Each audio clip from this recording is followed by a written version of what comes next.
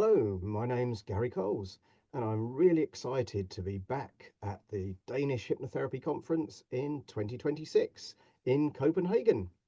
Now, do you use parts therapy? I find it's one of the most powerful techniques in my armory, and I use it constantly for all sorts of issues. However, a lot of people find that parts therapy can be a little bit confusing.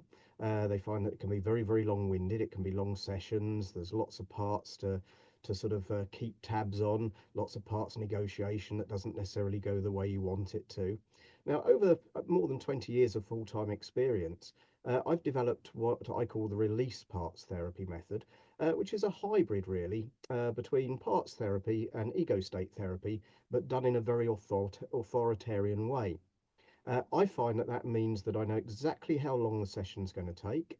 I know exactly where the session's going to go, make sure that the patient or client doesn't get any wriggle room. I can control it exactly as I want it to be with the result that I want.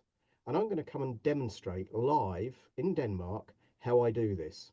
With a member of the audience, I will do a complete session of my parts therapy. The real key of it is in the pre-talk. That is where all the magic happens, and I will show you and teach you how to do it when I see you in Denmark in 2026. Thank you. See you there.